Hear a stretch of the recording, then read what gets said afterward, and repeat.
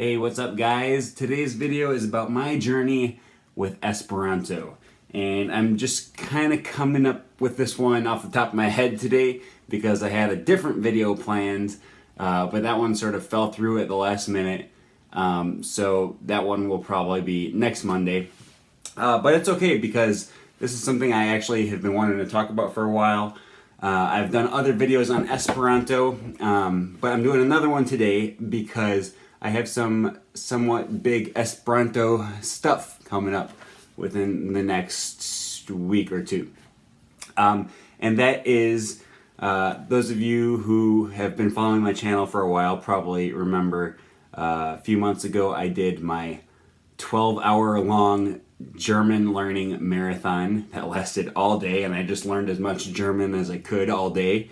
Then last month I did the same thing with Italian, and coming up here, let's see, not this Friday, but next Friday, so I think that is April 12th, I'm going to be doing the same thing again, not with German or Italian, but this time with Esperanto.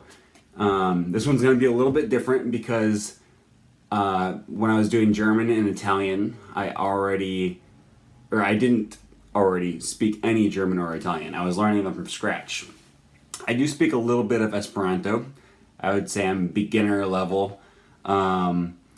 So I'm interested to see how much progress I can make in a language that I already know something about in 12 hours, in one day. So that'll be kind of exciting. I'm looking forward to doing that. Then immediately after my 12-hour, I don't know how long it'll be, 10, 12 hours, something like that, my day-long Esperanto study marathon, I'm going to be doing another 30-day record yourself challenge. And I'm going to be doing that one in Esperanto. Now, I'm not actually coming up with a new whole challenge. It's sort of a new mini challenge. I'm using the old one, the last one that I did in February. And I'm going to be using the same questions, but doing it in Esperanto. And so I'm really looking forward to that. 12 hours of study. I'll make probably large amounts of progress in one day. And then for the next month, I will be,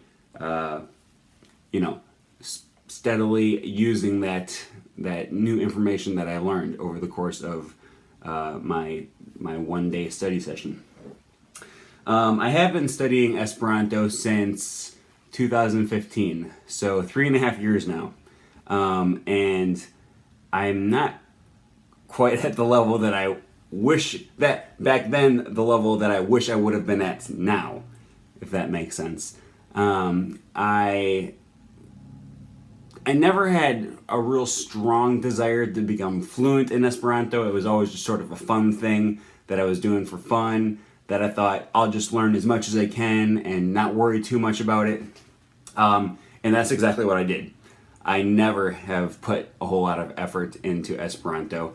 And it's sort of a shame because I really like this language. It's super fun. The other speakers are really fun.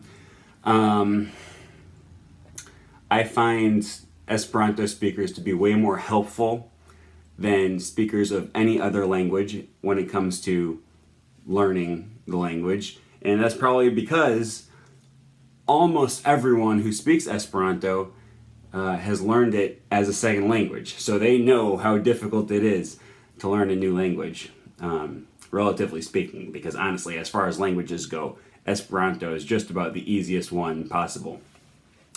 So anyways, like I said, my story with Esperanto starts about 3.5 years ago in 2015, when I was actively learning Spanish. So I didn't want to put too much time and effort into Esperanto, which is a language that's not really going to be super useful to me, while I had a really strong reason to learn Spanish. I was living in Central America at the time.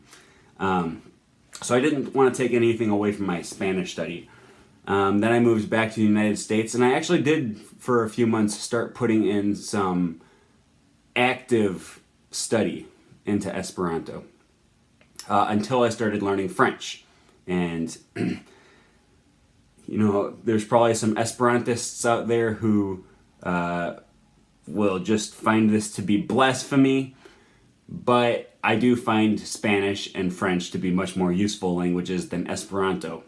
Less fun though, but more useful for sure, if you're wanting to travel or use languages for employment or anything like that. So my Esperanto learning basically fell off, I don't know what you would say, it fell off a cliff when I started learning French in 2016. My main source of practice and progress in Esperanto since then has come from my Esperanto channel. And I've talked about this channel in the past. It's been really useful to me because, and it's called French Esperanto, for those of you who haven't heard me talk about my channel before. Same name as this channel that I'm posting this video on, basically, just Esperanto instead of languages. If I remember, I'll link to it somewhere up here. So, I haven't been actively studying Esperanto on Duolingo. I haven't been reading books. I just recently bought this book when I decided I was going to be doing my all-day Esperanto challenge. The one thing that I really have been doing, and I have not been doing it consistently, but I have slowly but surely been doing it bit by bit over the last 2 years, is posting videos in Esperanto on my Esperanto channel. And I have to stress that I'm still a beginner, maybe a low intermediate in Esperanto. And my videos are really rough.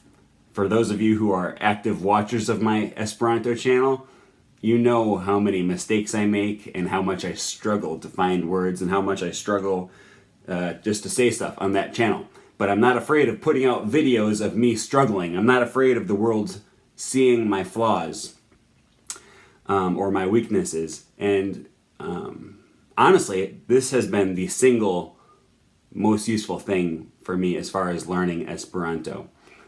Because I put out videos with lots of flaws, and then people come on and they correct my flaws, and it just gives me practice speaking to them. And so that's why I'm really excited to start this next, I'm going to say approximately a month-long push for Esperanto, right? I'm going to start it off with a real strong all-day-long Esperanto study, and I'll be live streaming that on this channel for those who are interested.